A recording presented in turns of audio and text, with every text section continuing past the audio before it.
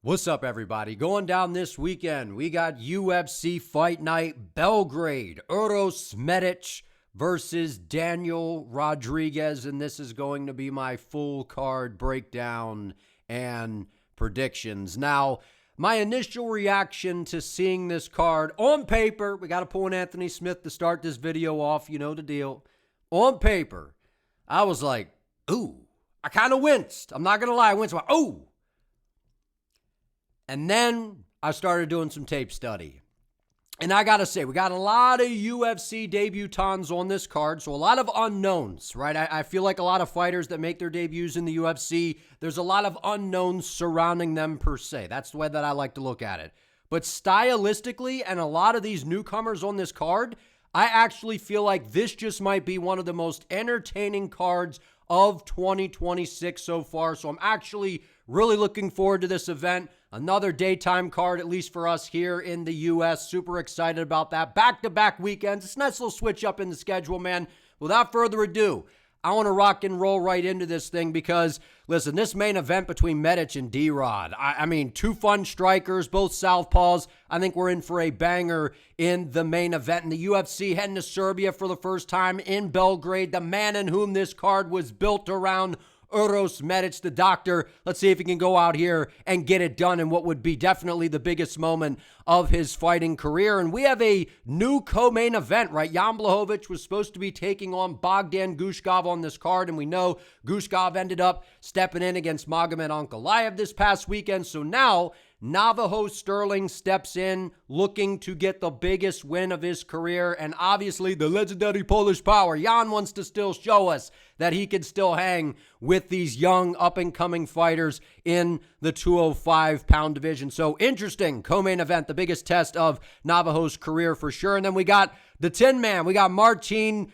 Tybura back at it with that funny-looking hairdo, but you know how he gets down, man. He's going to move forward. He's going to kind of bring that bizarre style to the table, and he's taking on the new heavyweight on the roster now. Well, he's been on the roster, but was that light heavyweight? Aleksandar Rakic moving up to the heavyweight division. A matter of time. I've always wanted to see Rakic at heavyweight. This, I feel like, is a very good fight for him making his heavyweight debut. And listen, I said it before, I'll say it again. There's just no way the UFC could head to Serbia without adding Duško Todorovic on this card. There's just no way you could go to Belgrade without having this OG legend of the game on this card, man. And listen, a lot of prospects, a lot of newcomers, a lot of interesting fights on here. So without further ado, let's rock and roll right into this thing. That's enough messing around and yapping on the intro. So first fight of the night, we got Marina Spasic versus Stephanie Luciano.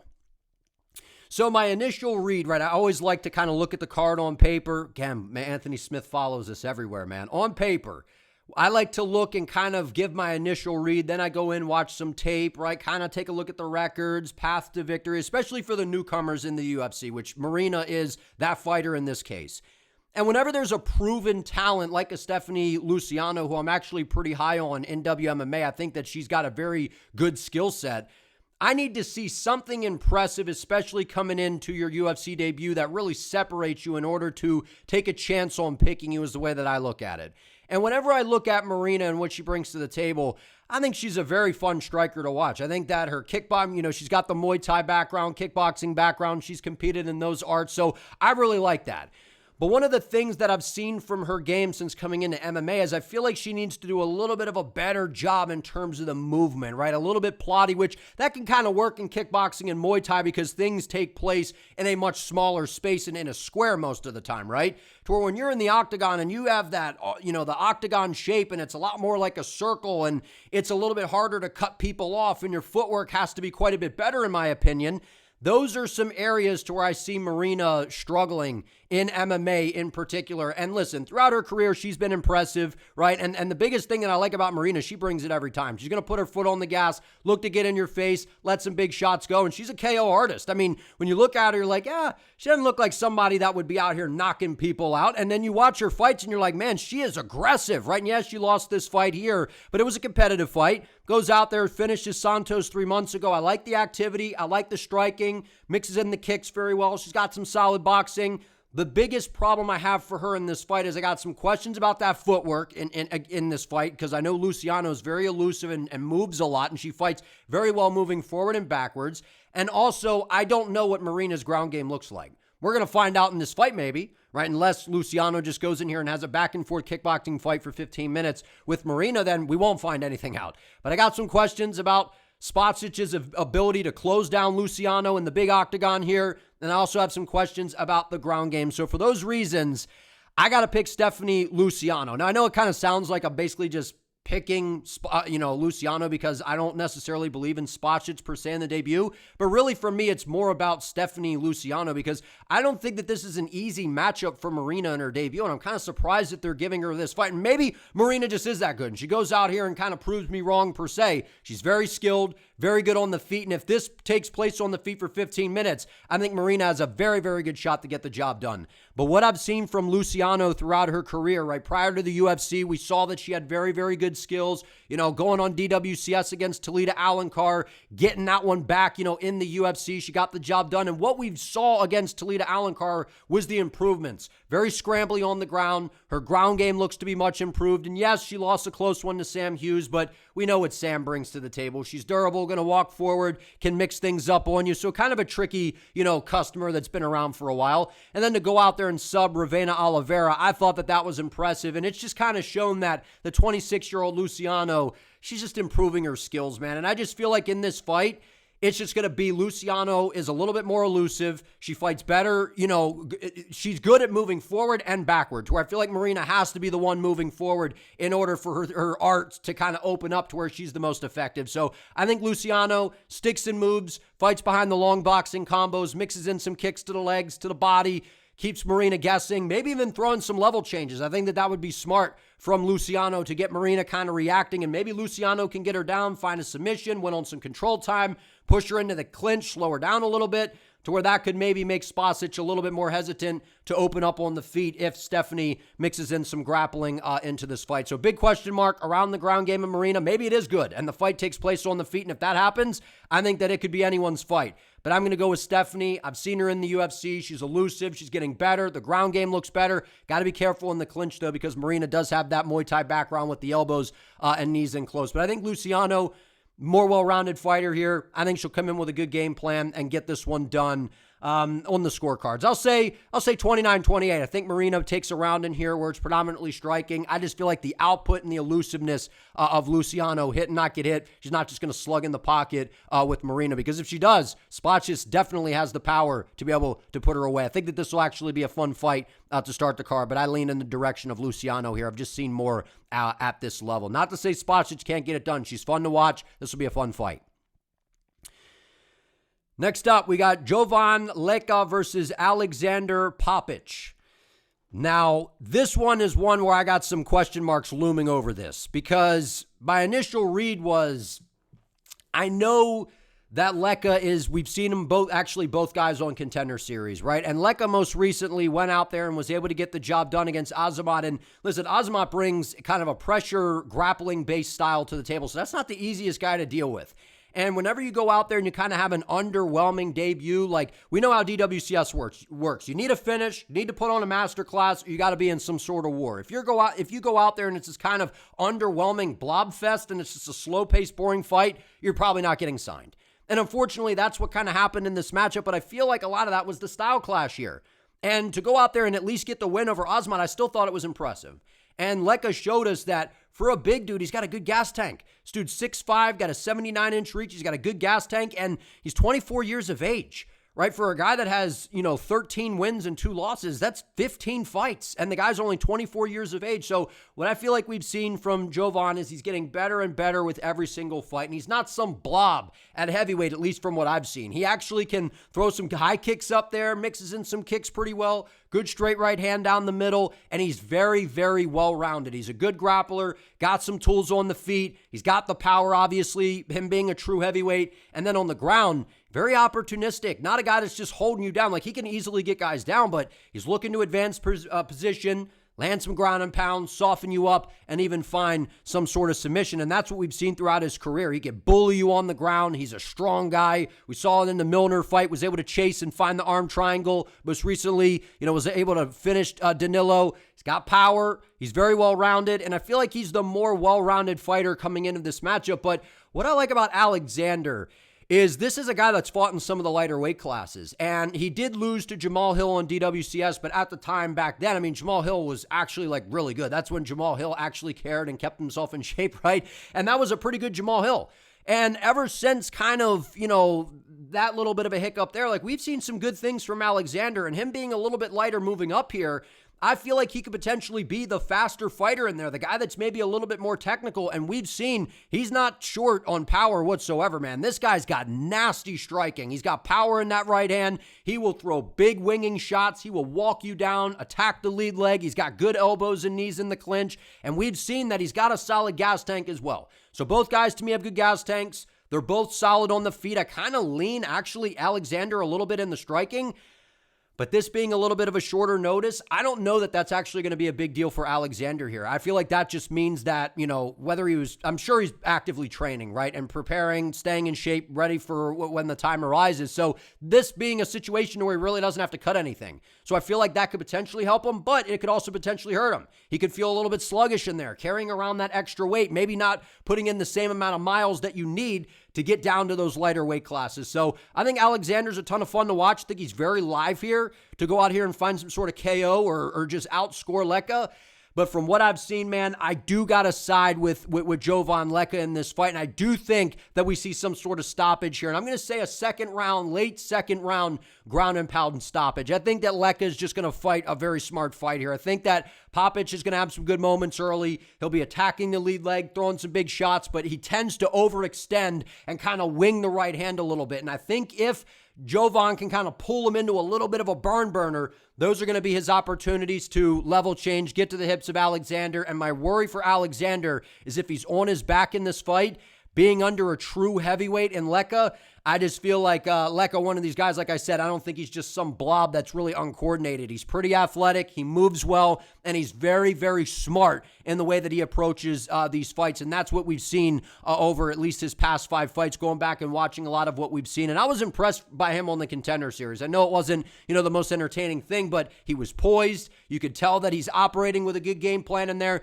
And I feel like he's going to be a guy that can stick to his game plan and avoid some of those big shots of Poppeck on the feet and kind of take him down, wear on him on the ground, and be able to get this one done. I'm going to say a late second round TKO stoppage, softening up Aleksandar on the ground with some ground and pound. Referee has to step in. Maybe Leka locks up some sort of submission. I think that that's possible here. But I don't know, man. I feel like this is kind of a 50-50 fight. I just kind of lean towards the true heavyweight that moves well in this weight class. I saw him look good on DWCS. I think Alexander's very good as well. This should be a fun fight. I think Poppeck is very capable of stuffing the takedowns, keeping it on the feet, and being a little bit more active, maybe even landing a big shot and getting a KO of his own. But I'm going to go with the guy that I think moves well. That's a true heavyweight here, and Jovan Leka. I think he can mix it up and keep Poppeck guessing to kind of freeze him on the feet and have success with the takedowns as the fight starts to play out. Give me Jovan Leka, round 2, late ground and pound stoppage to get the job done. Next up, we got Nina Milosevic versus Hailey Cowan. Nina Milosevic, I believe is how you correctly pronounce that. I've been working on my pronunciations before this video, man, trying to nail these and get these right. Against Hailey Cowan. Yeah, I unfortunately don't really have a lot of faith in Hailey Cowan. And I do like Hailey Cowan. I do think that she's fun. She brings it every time. She's decently well-rounded. She's okay on the feet, right? We saw that kind of on the regional scene. Got to the back of Franco, was able to get the submission. Close fight on DWCS, split decision. And Dana kind of, I guess, saw something in her, and is like, let's give her a shot. But the reality is, even off of what I saw on DWCS, I'm like, I just don't know that Hailey Cowan is UFC caliber. And I know that WMMA, the door's kind of wide open and we're always looking for new contenders, but it just hasn't looked great.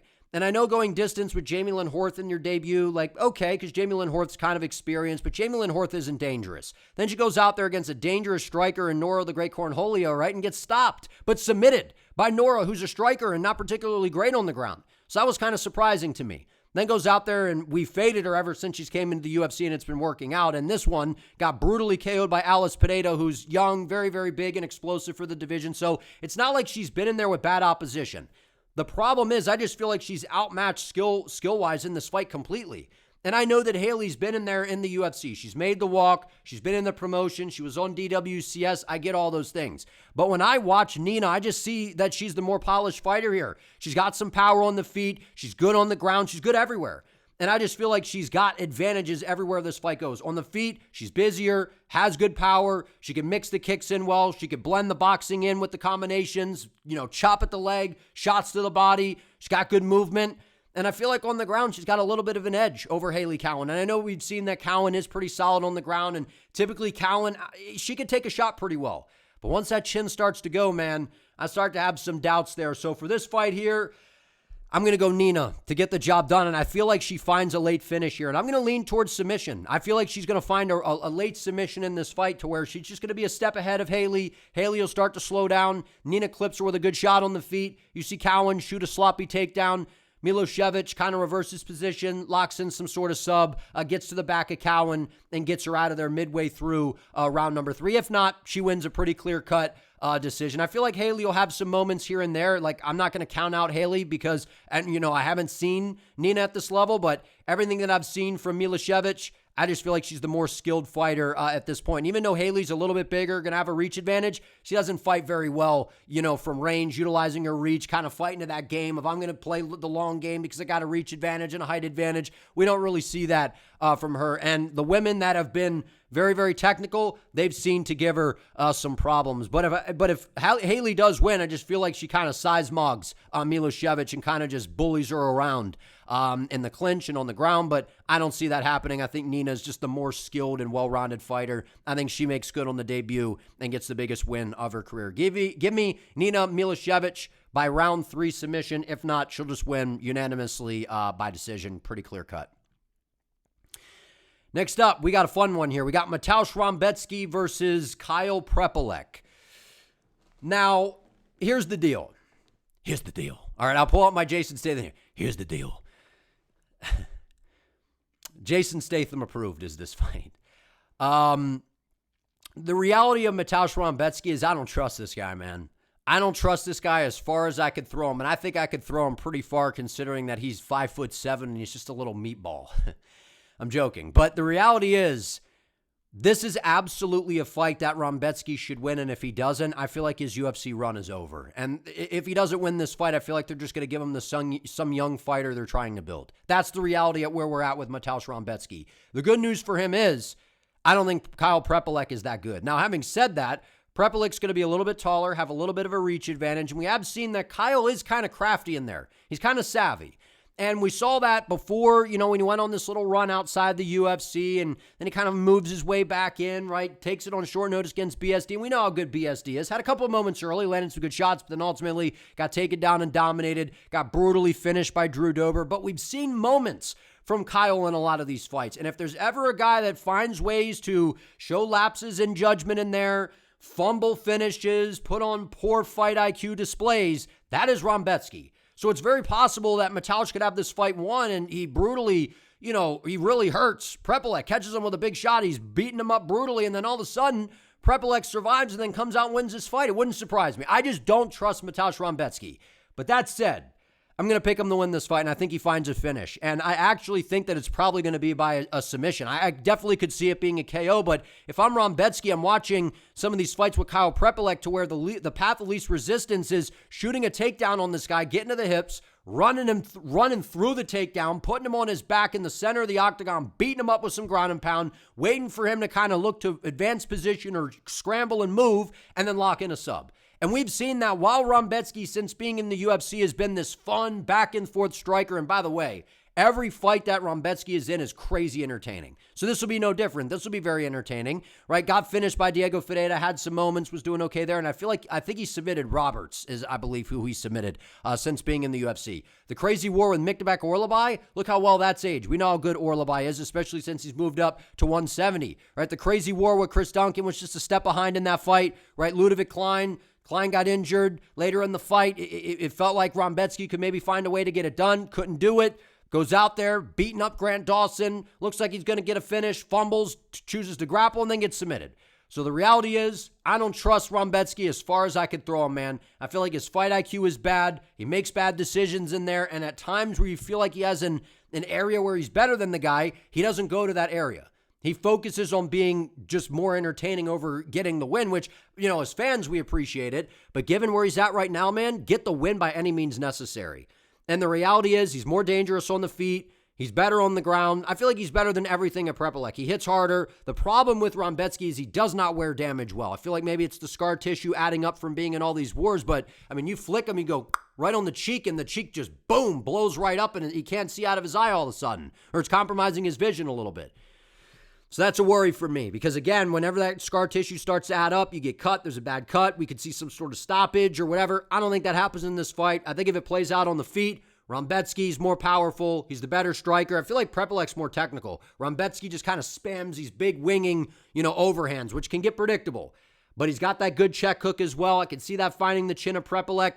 I think Rebecki hurts him on the feet, runs through him with a nice blast double, puts him on his back. Prepolec looks to scramble, and that's where you see Rebecki lock in some sort of submission here, maybe an arm bar or some sort of arm triangle or something. I don't know. I could see Rebecki locking in some sort of submission here. I don't know why. That's the vision. I feel like you could definitely flush KO him, but we've seen Rebecki can hurt guys, but not that flush starching KO power. I feel like he hurts Prepolec. Prepolec kind of turtles up, and then you see Rebecki kind of hunt for the submission. But if I'm Rebecki, I know his gas tank is a little bit questionable. We've seen him in these dog fights. He's battle-tested. Prepolec's a guy that kind of crumbles under pressure. That's the big thing that stands out to me in this fight. Prepolec doesn't respond well to pressure. And we saw what a southpaw pressure striker like Drew Dober was able to do. And Rebecki's got that kind of similar build and style. I don't think that Rebecki's as technical as Dober, but same kind of style, you know what I mean? The pressure, the aggressiveness.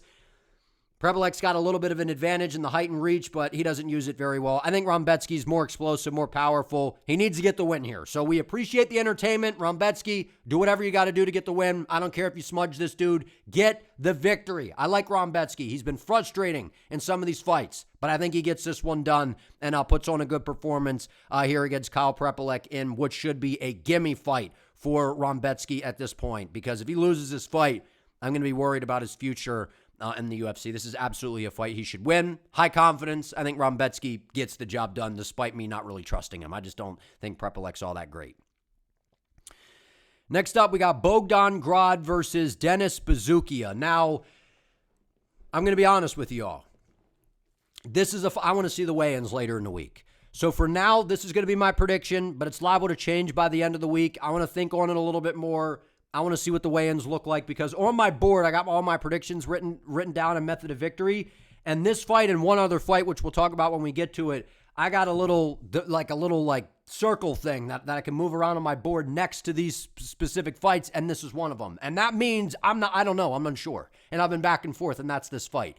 Because initially, I'm like, Bogdan Grad should win this fight, right? He's a good grappler. He's decent on the feet. He can push a pace. We've seen that throughout his career. We saw what he was able to do to Lucas Alexander, which was impressive on DWCS against Michael Aswell Jr. But the problem is, Michael Aswell Jr., he's got zero power. Flyweights, Ramazan Tamirov and Manel Kape hit harder than Michael Aswell, right? Most flyweights, I feel like, hit harder than Aswell, man. Aswell's got zero pop at all, zero power. Right, so there's really no threat there. And what we've seen is whenever there is some sort of threat, he struggled with the movement and some of the striking that Naimov brought to the table. And then he got brutally KO'd by Luke Riley, which we predicted to happen in round 2, exactly the way it happened with that check left hook. And the reality is Bogdan Grad, he's solid. He can push a pace. His striking's okay. The ground game is good. He's got submissions. He's got good ground and pound. I just don't really trust his skills, man. I don't trust his skills, but on the other side, I don't trust Denis Buzukja either. So these are two guys that I haven't been really high on. Now, I will say this. I do like Bogdan Grad and his style a little bit better than Denis Buzukja, but Denis Buzukja is one of these guys where it's hard to have a read on him because you're going to a decision against Sean Woodson, who's a 6 foot, a 6'3" or something featherweight, which is just crazy who's a good striker. Such a tricky matchup. Okay, so you get knocked out by a fast starter in Jamal Emmers who has power. Jamal Emmers might do the same thing to Grad. Goes out there, beats Connor Matthews, not a UFC caliber guy, but still a win. Close fight with Francis Marshall, and then gets brutally KO'd by Barboza, which we all saw happening because Barboza's a monster. So I think that this is a coin flip fight here. right? I don't feel like Bogdan Grad should be some sort of big favorite here, right? I feel like this is a pick'em to me, right? But the reality is I just feel like the activity is just going to be on the side of Bogdan Grad to where he's going to be doing more and it's going to look better than the judges and he's going to get this one done 29-28 in a split decision. That's how I see this fight going down. I feel like Buzukja is the more tactical and patient, sharp striker on the feet, and he does have decent takedown defense. And he's got a pretty well-rounded, overall skill set to where I feel like he's a little bit sharper than Bogdan. But the thing about Grad, we've seen typically, he does have a solid chin despite getting knocked out by Luke Riley, so we'll see how he bounces back here. And then considering Buzukja is coming off of getting freaking blasted with a bazooka from Barboza, right? So stylistically, I feel like this is very competitive. These guys match up very, very well together. I just feel like this is such a winnable fight for Bogdan Grad. I haven't been high on Grad, I'm just being honest, but I've been less high on Denis Buzukja, and I feel like that's kind of what this comes down to for me. At this moment, this is a coin flip fight to me. I don't have high confidence in this one. I could see it going either way. My mind right now has been telling me Bogdan Grad, but I've been having these flashes of seeing where I could see Buzukja stopping the takedowns and being the more patient sharpshooter on the feet and kind of fighting behind the leg kicks, fighting behind the jab, good little right hand behind it, to where we've seen that Grad is very, very hittable on the feet. Very, very hittable. And Grad relies a lot on that pressure-based grappling, and I just don't know if that's going to work on Denis Buzukja, because I think Francis Marshall is better than a guy like Bogdan Grad. So, man, am I going to flip right now to Denis Buzukja? Now, I'll stick with Bogdan Grad for now, but right now, this is my prediction, because I don't know, man. I got to get a better feel as we progress throughout fight week and I see the weigh-ins, because right now, to me, this is a coin flip. I could see it going either way. More technical guy, I'd say, is Buzukja, but the guy that's going to maraud, move forward, do more, just kind of look good to the judges and push a pace, that is Bogdan Grad. I'll side with Bogdan Grad, and he does have some danger to him as well. And we've seen that both guys can be hurt, but I feel like Buzukja is one of those guys that can definitely be hurt. So a little bit of a step down in competition for Buzukja here. That might work out for him. And I also think it's a step down for Bogdan Grad, because I think Luke Riley probably knocks out Denis Buzukja in the first or second round as well. So tough fight to call, but I'll lean Bogdan Grad for now. I feel like he gets this one done. 29-28 split decision on the cards. Next up, we got Mark Vologdin versus Borislav Nikolic. I always want to say Nikola Jokic for this guy, right? The Jokers. Nikola Jokic, NBA fans out there. Nikolic, I really like this guy, man. And he's stepping into this fight on shorter notice. I believe it was supposed to be Musasa. I can't remember his last name, but I was actually going to pick that guy to beat Mark Vologdin.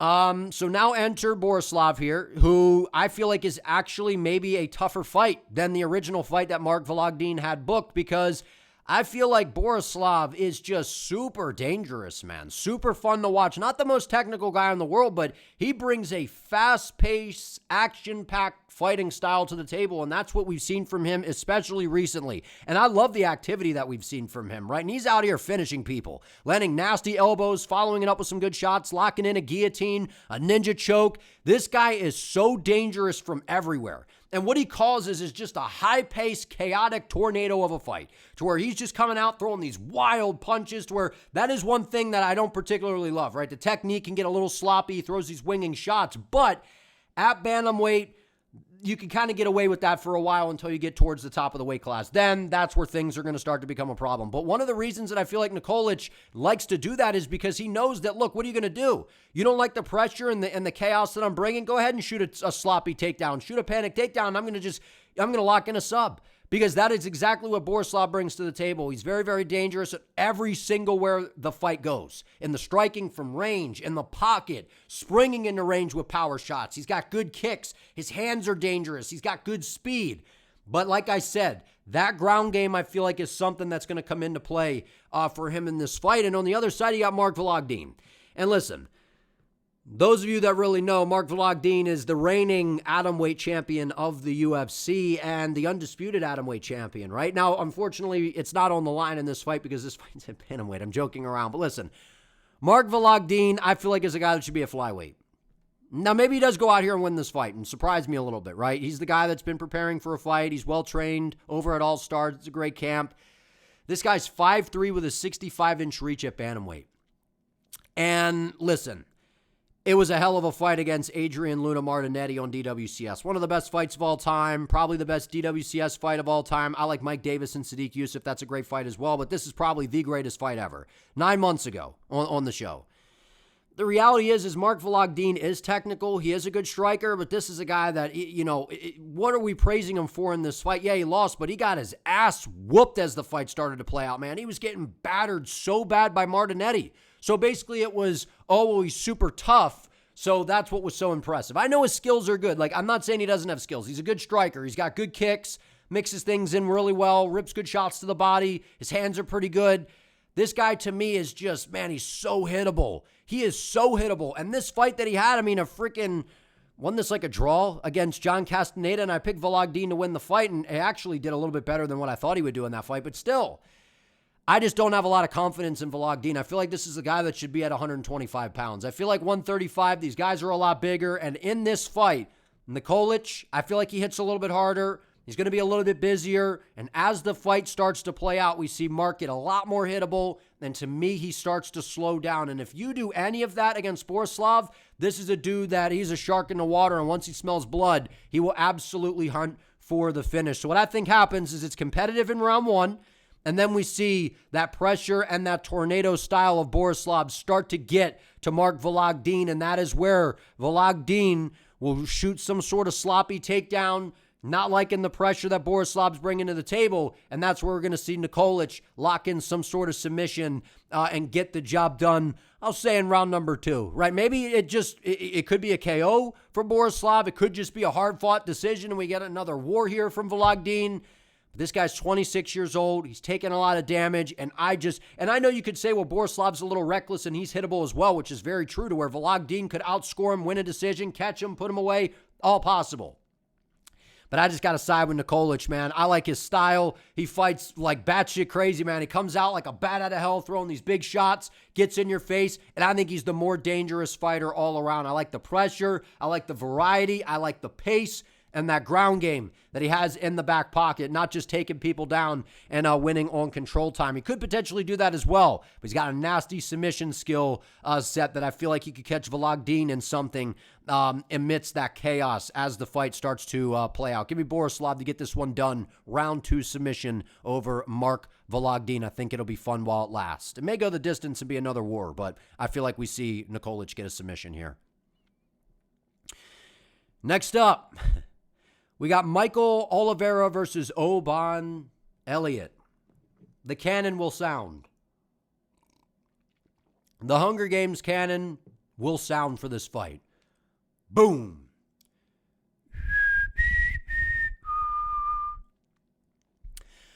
I think Oban Elliott isn't very good.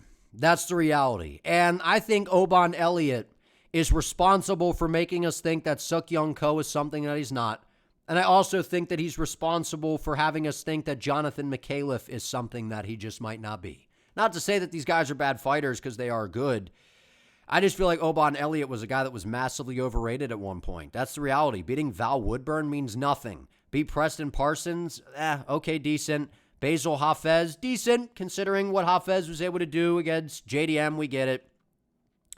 The reality is Michael Oliveira is an absolute tank. And this, to me, just feels like the UFC just tossing a layup here for Michael Oliveira to get the two-hand jam and put on some style points here. Michael Oliveira is knocking out Oban Elliott. And I think it might take a little bit of time, but I'm going to say first or second round knockout. I'll lean towards second round, considering that it is Michael's debut. I think he comes out a little bit patient, given that this is probably, to be fair, Oban Elliott is probably... Do I really think that Oban Elliott's better than Victor Valenzuela?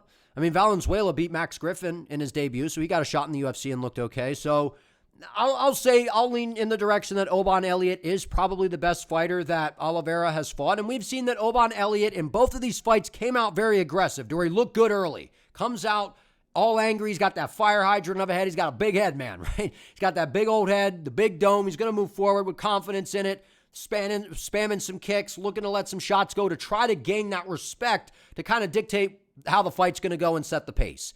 The problem is good luck doing that against Michael Oliveira, who's just an absolute tank and went out there on DWCS and destroyed Victor Valenzuela, who's a good striker and has a striking background. So to go out there and just bulldoze him, and that was violent, man. And that's what you see from Michael in all of his fights. It's just violent. You watch these KOs and you're like, ooh. You kind of wince because it's so violent. You kind of feel bad for a lot of the opposition the way that he's putting these guys away.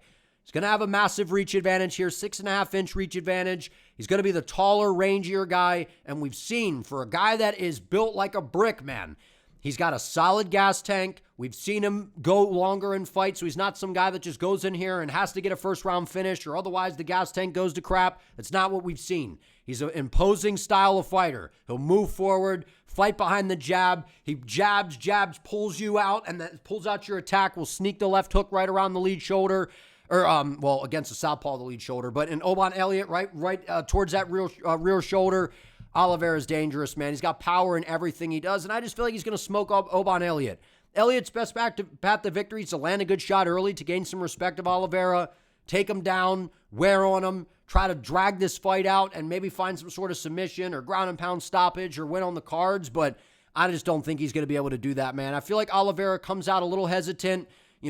He's in the UFC here. This is the debut, wanting to be patient, knowing that Oban's got some experience, does have wins in the UFC, but I just feel like Oliveira is just so dangerous, man. I feel like he sprawls and brawls. His takedown defenses look good. I don't think Elliott's taking him down. If he does, I think Oliveira gets back up, puts the striking on him, lands a big jab, stings Elliott. Elliott spams a big shot, left hook, right hand from Oliveira, puts him away. Referee steps in early. Round number 2. Give me Michael Oliveira to get this one done. Might put him away early. Come out like a bat out of hell. Put the heat on him right away. Knock out Elliott. Make a statement. I think he makes a statement either way. Patient approach. Fight smart early.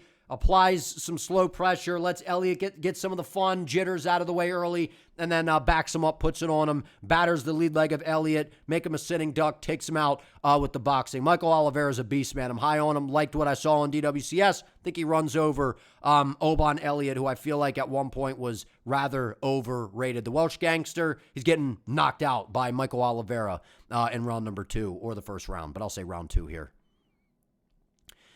Next up, we got a fun one. We got Ludovit Klein versus Tofiq Musayev. I'll be very honest before we begin. I don't like Tofiq Musayev. And one of the reasons for that being is I actually thought that this guy was all right, man. But what I saw in the Sanasio Bahamondes fight, now to be fair, the referee, it's not like he made him pay for what he was doing, but this guy cheated like a gazillion times in that fight. And I feel like that's basically the reason that he was able to win the fight. I thought he was going to get finished if he doesn't grab the fence and do all the little shenanigans that he was pulling. So that to me, I know survive how you can. If you can get away with it in the fight, people are going to do it. At least some people are. And Tofiq Musayev is one of those guys, man. So I look at this guy as like kind of just a dirty cheater. That's how I look at Tofiq Musayev. But when you talk about the skills, the guy's good. Right, was in Bellator for a while, was over in Ryzen doing some good things, got finished by Alexander Shabliy, but Shabli's a really good fighter. Was able to get a nice stoppage win, left hook. It was brutal over in Ryzen, right? Some good ground and pound as well. Lost a debut, got easily submitted by Miktabek Orlabai, but we know how good Miktabek is. Goes out there. I thought Bahamondes should have won the fight. I didn't like what I saw from Musayev. So the bottom line is, I hope Musayev loses. I hope karma gets him for what we just saw in that last fight from him against Bahamondes. But the reality is he's very good. He's very dangerous. I think he's very capable of winning this fight because he's got devastating power. His ground game is not really his bread and butter, but he's good there. And we saw that in the Bahamondes fight. He could take you down, work some control, can threaten with some submissions, does have some good ground and pound as well, but he's predominantly a striker. He's explosive on the feet, springs in and out of range with the kicks, with the punches. But I just feel like he's going to be a step behind Ludovit Klein in this fight. And listen, taking kind of my little dislike that I have for the recent stuff that we've seen from Musayev, straight up, I just feel like Ludovit Klein is better. Ludovit Klein, I feel like he's one of the most underrated fighters in the lightweight division. Going out there and stopping AJ Cunningham the way he did was impressive. Outscoring Thiago Moises, being a step ahead the entire time.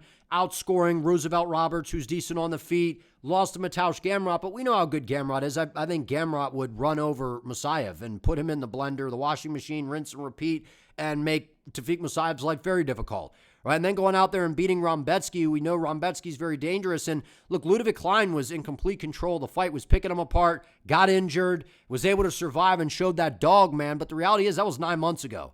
So he is coming off the injury, so we'll have to see kind of how he looks in there. But with that southpaw style, this being a little bit of an open stance battle, Musayev mainly, orthodox. The the left hand's going to be available, the kicks to the body, the high kick setup for Klein, but all those weapons will be available for Tofiq as well in that open stance battle where you get southpaw orthodox. The rear weapons now become a big factor in play. So I think that will be what we see in this fight. Lots of kicks to the body from both guys. Guys looking to set up the high kick, looking to get the backhand going. I just feel like Ludovit Klein's got the lighter man skill here, man. I just feel like, for a guy that was, I believe, in the lighter weight classes before being at 155, if I'm not mistaken. But either way, Klein to me's faster. He's sharper. He's very technical, and he's got underrated grappling. I know what we saw against Mateusz Gamrot, but that's Gamrot, and I feel like Gamrot does the same thing to Musayev. The reality is if anyone's a better grappler, it actually might be Klein. He's got a sneaky little submission game to where I could see it. Musayev gets stung up on the feet or is getting picked apart by Klein. He doesn't like what's going on and he shoots a bad takedown. I could absolutely see Klein catching him in some sort of front headlock position and locking in a sub. Very, very possible here. Klein could even knock him out. Right? I feel like if Musayev wins this fight, it's damage-based, landing a big shot that could potentially KO Klein. I got to go Ludovit Klein here. I think he gets this one done 29-28. I feel like it's going to be close, man. As much as I feel like Tofiq Musayev is just a cheating little dude, man, he's good.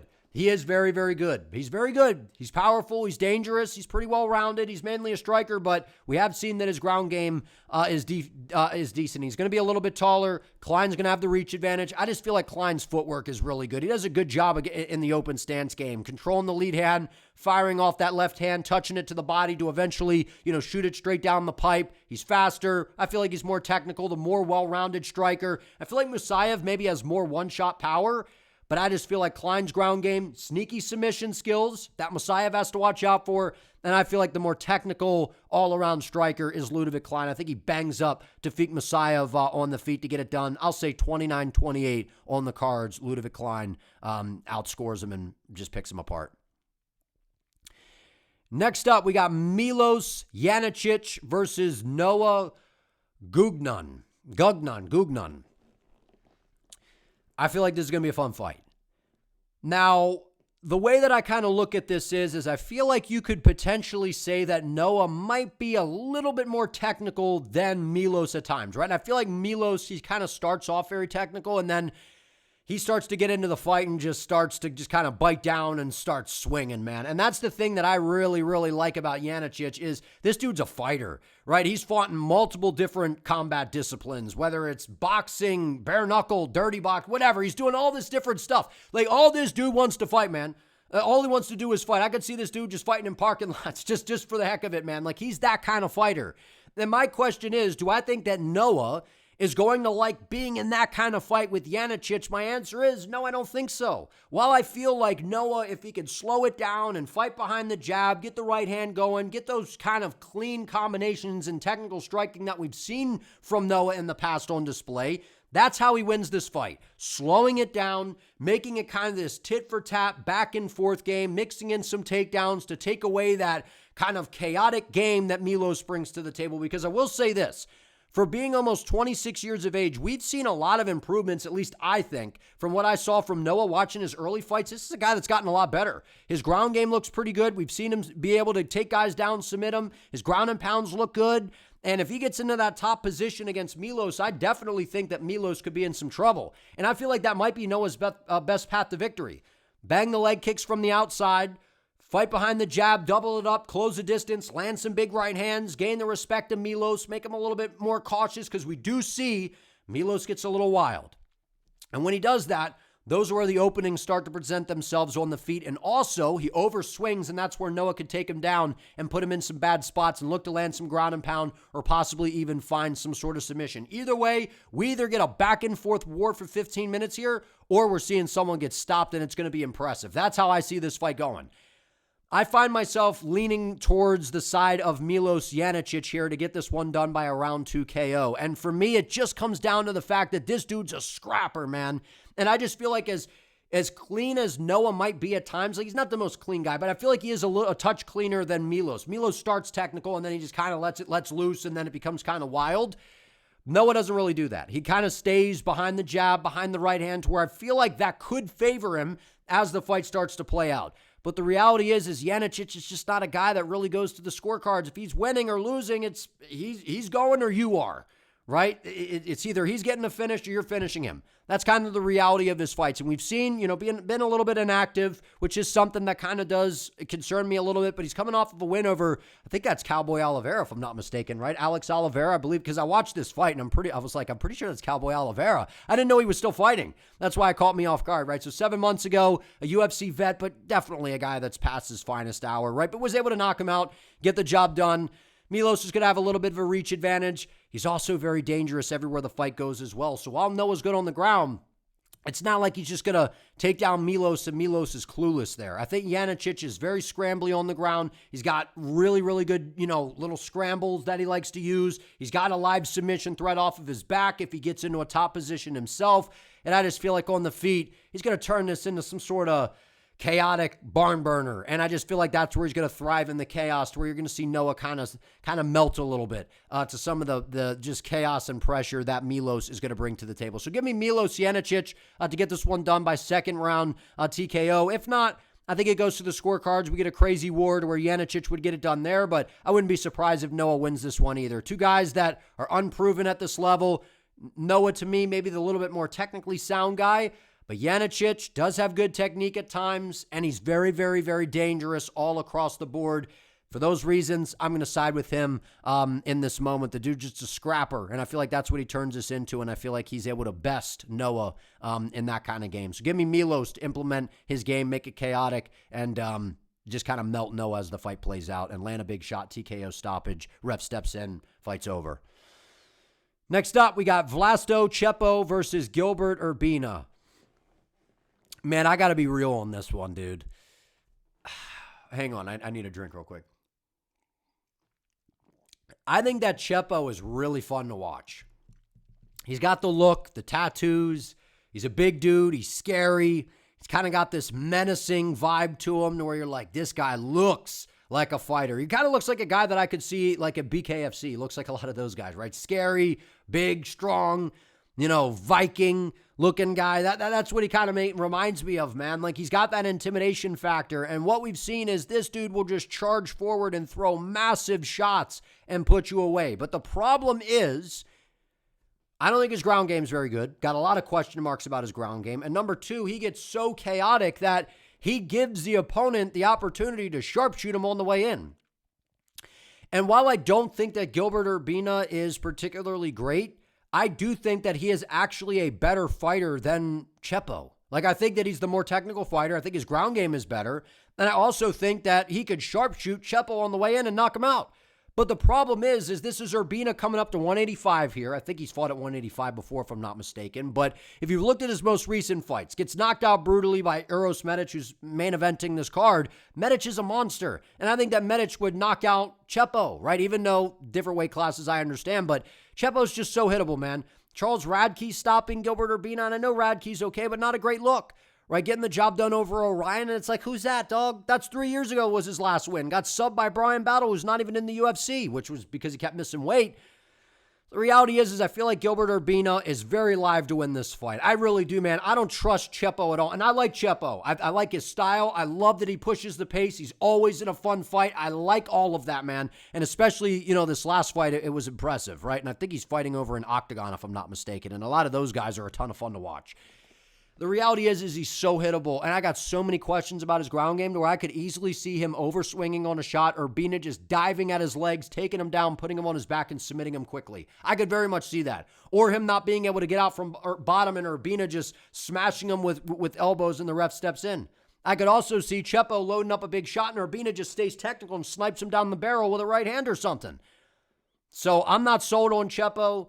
I got a bad feeling that he's going to get clipped and Urbina's somehow going to pull this off, but I do think that Vlasto, he's so dangerous. He's so dangerous, and you got to have really good footwork and timing in order to kind of catch him. And I do think that Urbina kind of does have that, but he can stick and move, but we've seen he's hittable. And I know he was able to clip Medic early in this fight, to be fair. He almost knocked out Medic, but he didn't really follow up.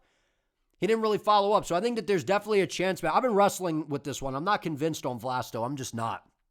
But I can't get the vision out of my head of, this being at middleweight, Vlasto being very imposing and menacing in there. And I know Urbina's tall, right? He's 6'3", 75-inch reach, and maybe being at 185, he could take a shot a little bit better. Maybe that kind of helps with, his overall game, not draining himself. But by the same time, you're kind of playing into the advantage of Chepo here, the physical guy who's got crazy power and he's aggressive. And that's the thing. He's just not afraid. He's just going to move forward and throw big shots. And I feel like that's a good way to get after a guy like Gilbert Urbina. It could get you sniped and put away, could get you taken down and submitted or something, to where Urbina could just control him, submit him, whatever. I think we see a finish regardless. I think it'll be Chepo, first round knockout, running him over. Urbina never even has time to get his feet set to know what hit him. Or it'll be Gilbert Urbina catching him on the way in or just shooting a takedown quickly and getting him into a bad spot and getting him out of there. So I do think it's possible Urbina wins this fight. I'm not counting him out. But I'm going to lean with on the side of Vlasto here. I think he's a ton of fun, man. I think Urbina's solid, but I'm not sold on Chepo. I'm just being honest from what I've seen, but I do like him. I think he's fun. He brings it every time. He's an action-packed fighter, and I feel like that early pressure and chaotic juggernaut approach that he brings, I feel like that can overwhelm a guy like Gilbert Urbina. But I feel like he should be careful closing the distance early because Gilbert does have some good technical striking, and we've seen that Chepo is susceptible to being caught on the way in. We saw it in this fight, So, yeah, I'm not super confident like some other people might be on this one. I just feel like Chepo has a lot of holes in his game, but I'll favor him to get this done. I feel like he's just Urbina. I can't trust him at this point. I can't, but I don't really. Man, Chepo leaves a lot of openings. Don't be surprised if Urbina wins this fight, but I will side with Chepo because he's dangerous, and I feel like he won't allow Urbina to know what hit him. He'll just come out like a bat out of hell, catch him early. Get him out of there. It's all she wrote. Chepo, welcome to the UFC. Gets it done. Next up, we got Dusko Tudorovic versus Robert Valentin. Now, I told you earlier in the video that next to Buzukja and Grad, I had my little circle thing next to it saying I don't know. I'm not 100% sure yet. That is where my other circle is for this fight right here. So I want to see the weigh-ins. I want to see the face-offs to get maybe a better read on this fight. Because, man, I don't know how you could be certain about this fight. I just don't know. I really don't know. Because when it comes to durability, I favor Robert Valentin. When it comes to striking overall with the power and some of the speed, I favor Valentin. When you talk about cardio, I think it's kind of up in the air. When you talk about jiu-jitsu, I feel like that's Robert Valentin. When you talk about wrestling, I feel like that's Dusko. And when you talk about overall experience and having more success in the UFC, it's probably Dusko. He's 4-6 in the UFC, went distance with RoboCop. He's been in there with some good opposition. And the guys that are finishing him are, I believe, like Punahele Soriano, Chidi Njokuani. He's only losing to some dangerous guys. Beat Jordan Wright, but, who's that, right? Loses to CLD, the knee injury. Stopped by Mansour Abdul Malik, who's a monster, great wrestler, dangerous, right? Decision against Zachary Reese. Zachary Reese isn't very good. Submits Jose Medina, but Medina should have never been in the UFC, one of the worst fighters the UFC's ever had. Man, this fight is so low level. It is so low level. But here's the thing that kind of worries me in a way for Valentin is, first of all, I like Robert Valentin. I liked him on The Ultimate Fighter. I haven't picked him in the UFC outside of this fight here. Julian LeBlanc was terrible. I had very high confidence that Robert Valentin was going to win that fight. But coming off a tough, we saw him okay on the show. Comes in, gets ground and pounded out by Ryan Loder. Not a great look, but a good wrestler. Torres Finney did no damage. We know how Finney fights are. He's just a ball of muscle with does zero damage whatsoever. Treats it like an RAF, wrestling match. Goes out there, gets starched by Atiba Gauthier. Atiba knocks out Dusko in probably 30 seconds. Right? Torres Finney, I don't know if he would do what he did to Dusko, like what he did to Valentin. Right? I feel like Ryan Loder could probably stop Dusko as well. So it's kind of like, what are we doing here? Right? Valentin's going to have a reach advantage. I feel like Valentin's more durable for what it's worth. I mean, he's been in there with some dangerous guys, right? And what we've seen from Rob Zilla is he's got good jiu-jitsu. That's kind of his bread and butter. He's got good leg kicks, power on the feet, got some good speed with his hands, with his boxing. And then on the other side, you got Dusko Todorovic, who is just super chinny, man. His chin is super duper suspect to me. And while I could definitely see Dusko winning this fight by just taking down Robert Valentin, and by the way, Dusko, I don't think he's ever been submitted if I'm not mistaken. So he's a difficult guy to submit. So it's not like saying, well, Robert Valentin's got some good submission skills, so we'll just go out here and submit Dusko. I don't know that he does that because Dusko's very responsible on the ground. But the problem is I feel like even if Dusko takes down Valentin, Valentin can utilize his guard to throw up submissions and kind of worry Dusko, possibly even catch him in something, but could also sweep, reverse position, and get back to the feet. And I feel like on the feet, if they're starting to kind of get labored, that's where Dusko's defense goes out the window and the chin is on a platter and that big head is there to be hit, man. It's there to be hit. And I'm sorry, a win over Medina doesn't mean anything. It was impressive because he made it look easy pretty much, but I feel like Valentin beats Jose Medina. We're talking about who could beat Jose Medina, man. Yeah, I don't know. I really don't know with this fight, but I am going to side with Robert Valentin. I like him. I like Robert Valentin. I like Dusko as well, but I like Robert Valentin. He was emotional after this. I think it was his mother passed or whatever, so, it had a heavy heart coming in and willed his way to victory, man, and I just feel like he's very motivated right now. To where Dusko, I'm not saying he's not motivated, but I just feel like Valentin's got a fire lit under him right now. And I feel like he's the more dangerous striker. I know Dusko's got okay striking on the feet, but it's a little bit labored. And he kind of throws these punches out there a little bit labored and lazy at times to where those openings are there. And Rob Zilla's got power, man. He's got power. He's got good speed. I could see him attacking the lead leg of Dusko, taking away some of the movement. And then we've seen that Dusko will shoot some of these sloppy takedowns to where he's very, very, very, very hittable. Very, very there to be hit. And I feel like that could potentially be a problem for him in this fight where he could definitely get KO'd. So Valentin, to me, the more dangerous guy at this point. I know Dusko's been getting finished by the more dangerous guys, so that's why I'm going to say this goes the full 15 minutes, but I don't know. I think it's competitive. I'm going to go 29-28 Robert Valentin. This is a low-level fight, man. Low-level fight. I think Robert's more durable. He's got good jiu-jitsu to be able to kind of match the grappling with Dusko, and I feel like I could trust the striking of Valentin and the durability more on his side than I can for Dusko at this point. I feel like it'd be fun to see Dusko win, it being in Serbia, but I like Rob Zilla, man. I'm going to be rooting for Rob Zilla in this fight. That's not why I'm picking him, though. I'm genuinely picking Rob because I feel like he's got an edge in the striking, and the durability is on his side, and his jiu-jitsu can kind of match the grappling that Tudorovic brings to the table. Competitive fight for now. I'll lean in the direction of Rob Zilla, Robert Valentin on the scorecards, 29-28. Next up, we got Marcin Tybura versus Aleksandar Rakic, welcoming AR to the heavyweight division. And I've been waiting to see Aleksandar move up to heavyweight, and I've been saying for a long time that he should move up. Because Joe Rogan, everyone, man, when we talk about Rakic, we're like, man, I don't know how this dude ever makes 205, man, right? That's kind of the conversation with Rakic. But the reality is, legitimately, how is this guy making 205? Because you see him in there with these mammoth 205ers, and he dwarfs these dudes, man, a lot of them. Right? And I know Mirzakhanov kind of looks like somebody's school teacher, a little professor at a local college, right? And I know he's kind of a pudgy little short guy, but Rakic was massive. They look like two different weight classes. And Rakic is not like a blob, man. He's in great shape, chiseled, built like a brick.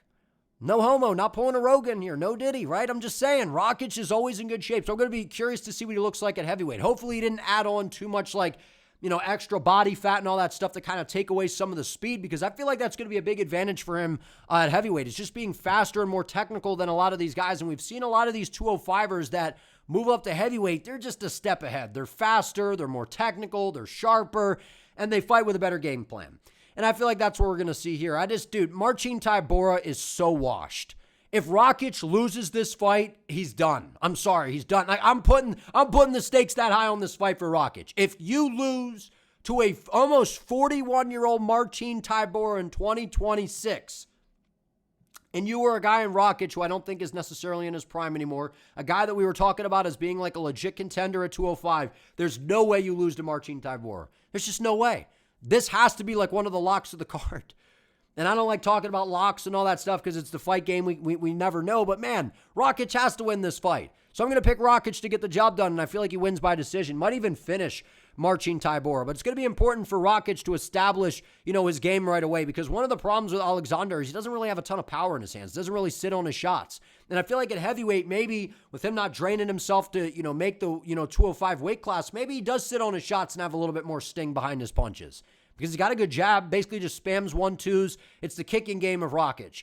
kicks to the legs, kicks to the body, and Tybura kind of sloppily switching stances, moseying forward like the Tin Man, right? He's kind of like a zombie, like you're playing COD Zombies, right? And you get him, the zombies are kind of like, that's like Tybura's style. He kind of looks like drunk in there, like kind of, just moseying forward, and he's kind of southpaw, kind of not. I feel like that's where Rakic can just blast those kicks to the body and maybe even set up a high kick like he did years ago against Jimmy and put him away with a head kick. That'd be crazy. And I hope we see that from Rakic, man. I hope he gets the KO. His last win was holy smokes, man.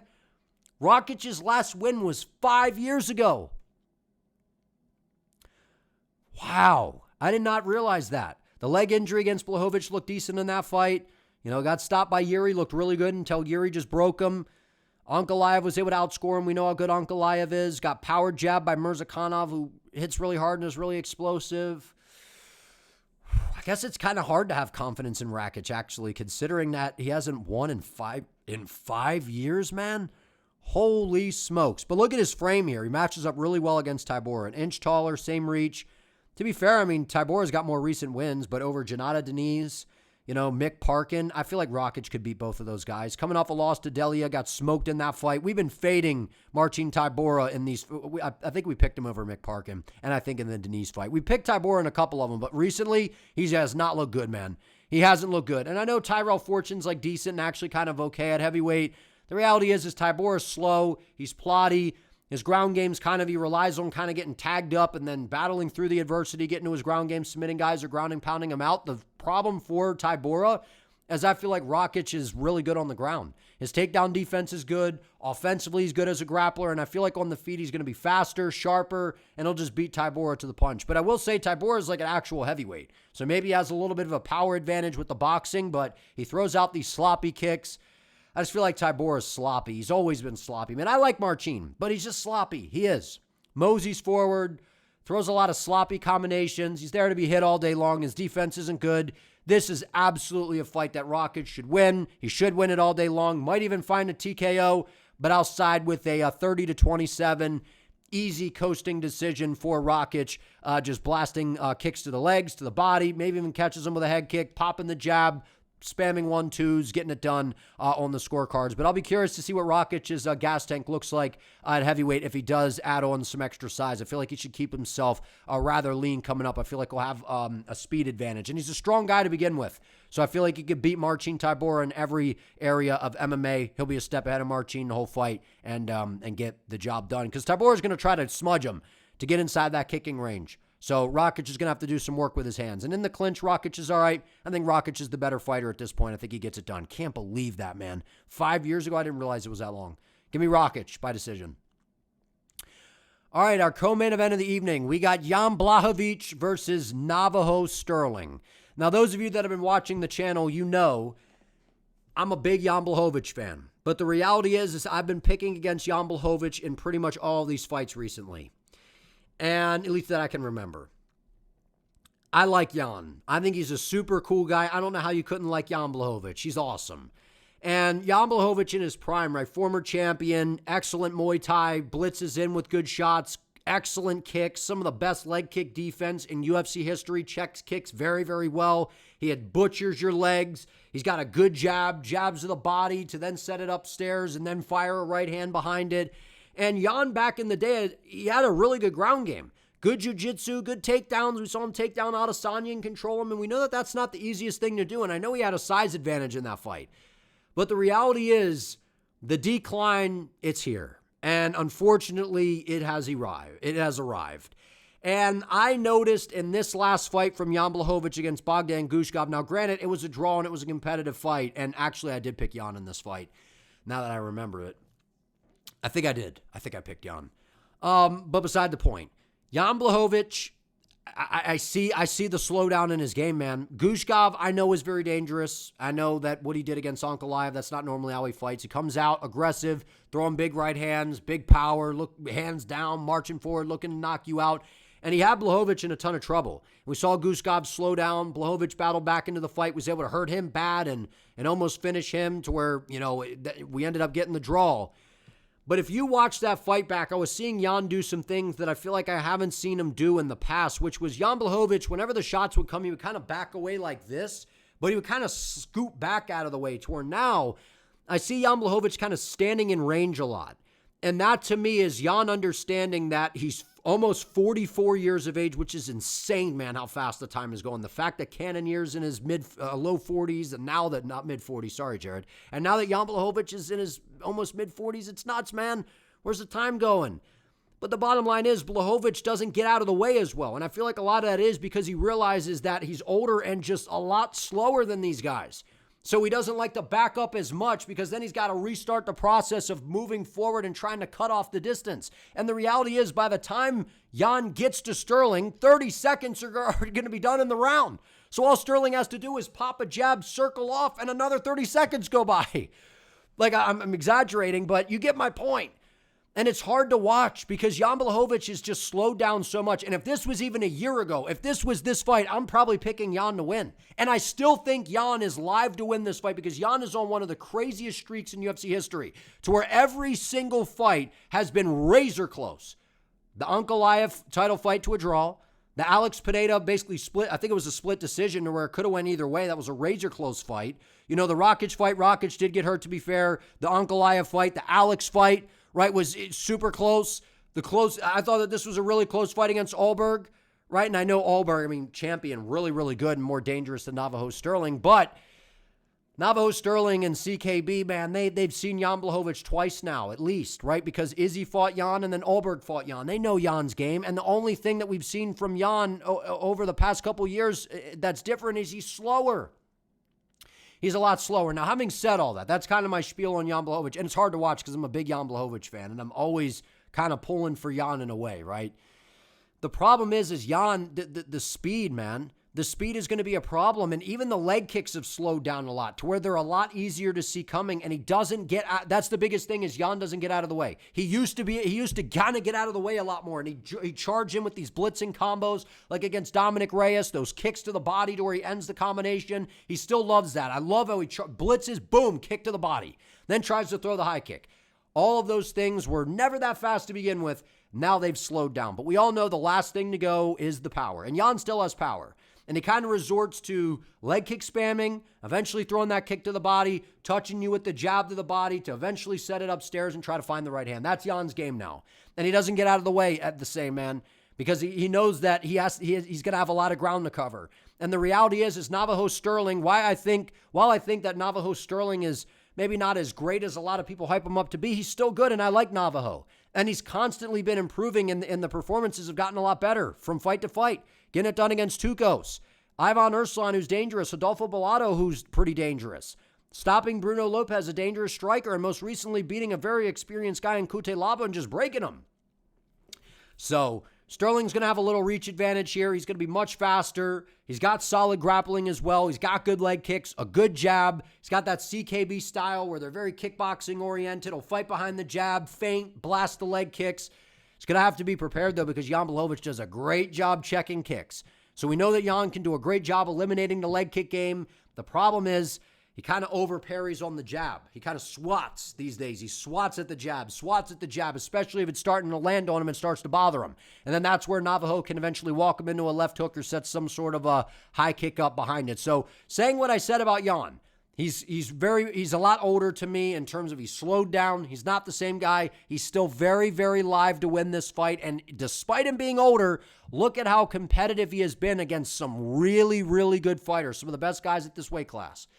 So the question is, do we think Navajo Stirling is on that level, or do we just think that Jan Blachowicz has slowed down enough to where this is a good matchup for Stirling? I think that that's actually the case. I'm not ready to say that Navajo Stirling is elite at 205, but I believe that he's getting Jan Blachowicz at the right time to where Jan has slowed down enough for Navajo to just be a little bit ahead the entire fight. So I'm going to favor Navajo Stirling 29-28. I think this is going to be another fight to where we're going, oh, maybe Jan won. I feel like that's where we're at, man. I feel like that's where we're at with this fight because I'm not sold on Navajo Stirling. And like I said, he has been more impressive. But this is a big step up here. This is, yes, an older Jan Blachowicz, but definitely the best fighter that Stirling has fought. A guy that does have submission skills. But again, Jan doesn't grapple like he used to because he's a little bit older. And the gas tank, we've seen he kind of slows down a little bit. Breathes a little heavier. Obviously, grappling is very, very taxing. So I'm sure that that's part of the reason we don't see Jan do it as much. Maybe he looks to in this fight to try to slow down Stirling, which I think could be smart. take away the younger fighters, movement and, agile game. I just feel like Navajo Stirling is going to be very prepared. Eugene Behrman does a great job at CKB. They're going to come in prepared, fight behind the jab, let the right hand go, try to walk Jan, into some kicks, front kicks to the body to keep him away, leg kick. Even though Jan does a good job checking kicks, he doesn't get the leg up there as fast anymore. I just feel like that's the reality here. Jan definitely always live. He always is because all of his fights are close. It's not like he's been getting blown out despite, me thinking he's slowed down. He's still very competitive. I think it's competitive once again. But I feel like Stirling will be very, very cautious in this fight, considering Jan does hit hard. When he goes, the power's there. He's got a good game. The leg kicks, the jab, the right hand, the kicks to the body. I just feel like Stirling will be a step ahead, man. Fight behind the jab, stick and move. He's a good grappler as well. We saw that against Kutelaba on display. This was impressive what he did to Kutelaba, because Kutelaba, to me, is faster than Jan Blachowicz. And I know Jan's the better fighter, but I feel like Kutelaba at this point in time is a little bit faster. So I think Stirling's getting Jan at the right time. That's the reality here. A year ago, I'm picking Jan probably to win this fight. Right now, still think Jan has a chance, but my barometer, the needle, has moved towards the direction of Navajo based on speed, youth. He is a technical striker. He's well-rounded, and he's showing that he's getting better from fight to fight. If Stirling finished Jan, that'd be crazy. Absolutely crazy. And how crazy would it be if Jan knocked out Stirling? So maybe we see a finish here. I'm not so sure on that. I think we see a competitive back and forth to where Stirling's speed, leg kicks, the jab, he'll just outscore Jan Blachowicz in a little bit of a tit-for-tat battle type of game. Will be a little bit a step ahead of Jan Blachowicz. That's the reality. Give me Navajo Stirling to get it done. I hate picking against my guy Jan, but unfortunately, I got to go with what my brain's telling me.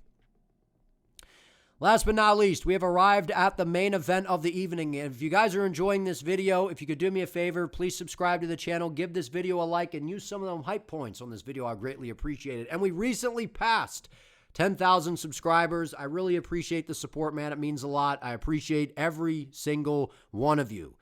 Now for the main event. Uros Medic versus Daniel D-Rod Rodriguez. Now, I already have a little bit more of an in-depth breakdown up on the channel. I'll go ahead and link that video below, so feel free to check that out if you want. But the reality is I think D-Rod has a shot to win this fight for sure. I think that Daniel Rodriguez is a grizzled vet who's almost 40 years of age, but he's got good boxing, good striking, good kicks, good movement, a solid, underrated ground game as well, especially if the fight hits the floor. He does have a slick submission game.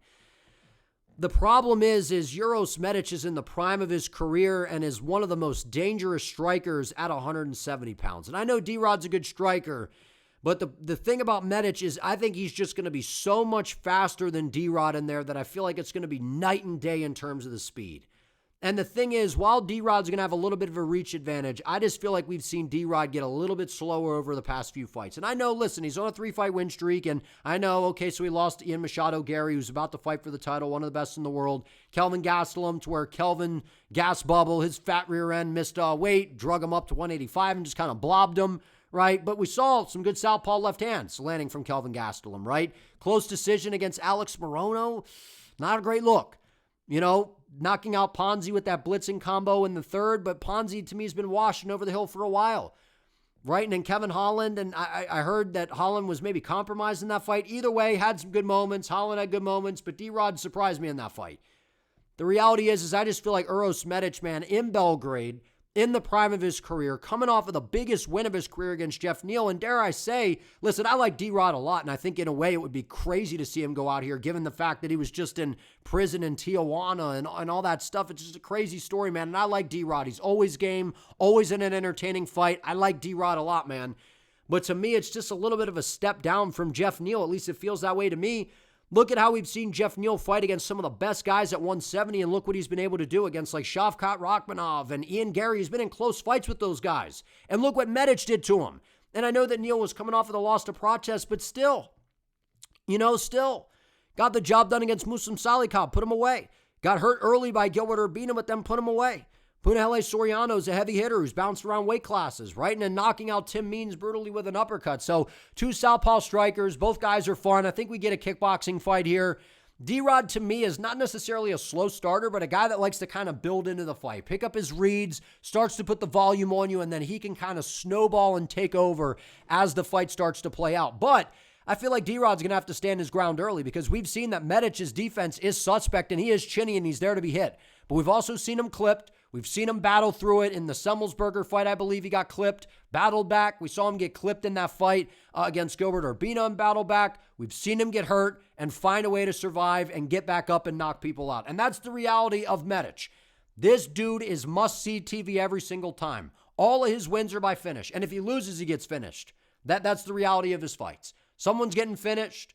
I feel like if we see an early finish, it's Medic catching D-Rod and putting him away. If we see a mid to late round finish, I think it's D-Rod eventually melting Medic with some of the volume and pressure. But for this here, I can't go against Uros Medic here, man. I just can't. And the reality is, I know it's a 25-minute fight, and so this is new territory per se for both guys.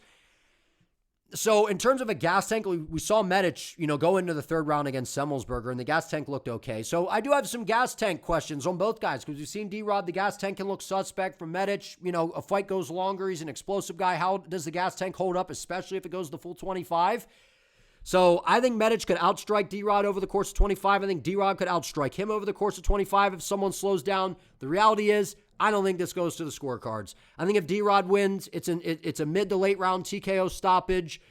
But I just feel like Medic catches him, man. He's too fast, too sharp, closes the distance well. And I know D-Rod's a very technical overall striker, but he charges in with his hands down. And you can't do that against Uros, man, especially in the pocket where Medic, you saw how good his eyes, how sharp he was in the pocket of just sliding just out of the way against Jeff Neal and sniping him with that left hand, knocking the snot out of him, literally. And that's the thing about Medic. His timing is ridiculous. His hand speed is really, really good. His left hand is a piston. That check hook. He's got good front kicks to the body, little teeps that kind of annoy you, pester you, pull you in, and then boom, will clip you with the left hand. He's got a good kicking game as well. And, when you look at the takedown defense stats, it doesn't look great, but a lot of that is skewed because Mikdebek Orlabai was able to take him down numerous times. We know how good Orlabai is, right? Orlabai would do bad things to D-Rod, I think, right? So one of those things, styles make fights. Outside of that, we've seen guys try to take Medic down, does a great job digging on that whizzer, turning meanly, getting his back off the fence. I feel like D-Rod should try to slow the fight down. Outside of sniping Medic early and taking advantage of when we've seen guys clip Uros early, that's definitely a possibility, but I feel like D-Rod should look to clinch. And I'm not saying that D-Rod will have success grappling, because even though he might be the better grappler, I don't think he's taking down Medic. But I think he should slow the fight down, look to kind of drag this out a little bit, take Medic into some of those deeper waters where I feel like that could potentially favor more of a dog type of fighter style like that D-Rod brings to the table. So it's impressive that D-Rod's 20-5. He's been in the UFC for a while. He's fought some good opposition. I remember he beat up Mike Perry. This ain't Mike Perry. I like Mike Perry a lot. Platinum Mike Perry's a brawler. He's going to move forward. He's there to be hit. Uros Medic, you can catch him, but you got to hit him with a good time shot. And if that doesn't happen, he's going to be dancing around with good footwork, pulling you into shots. And I feel like even since the Urbina fight, we've seen Medic get even better. And his best performance to date against Jeff Neal, man, the way that he slid out of range and was countering him in the pocket was nasty. He's good from range. He's good in close. He's a full, well-rounded striker with underrated takedown defense. The biggest factor for me is the speed difference. And I feel like that is very much on the side of Uros Medic. And his timing is ridiculous. And I think that left hand is going to land on D-Rod. It's a southpaw. On southpaw, I feel like he's going to slide out of the way. Boom. Catch D-Rod rushing in with a left hand and put him away in the first round, if not second round. So I'm saying first round, they get into a scrap, they get into an exchange. It's going to be fun while it lasts. Maybe we see D-Rod clip him. Uros gets back up and then finds a shot. I think it's going to be fun while it lasts. I'm siding with Uros Medic by a round one knockout. He's too fast, too explosive right now. He's at his best. While D-Rod, I feel like it'd be a fun story to see him come in here and do it. He's almost 40. I feel like he's a little bit slower. He's hittable. He's vulnerable. The hands start to drop. I feel like Medic's speed and precision will capitalize on that in this matchup. So give me Uros Medic. Round one knockout I feel like Jeff Neal in a way is a bigger win, but this being in Belgrade, big moment for Medic, getting the biggest win of his career against a super game G in D-Rod. Rooting for both guys. Hope it's a good fight, but I got to go with what my brain's telling me, and that is the speed and precision and accuracy of one Uros Medic by round one KO.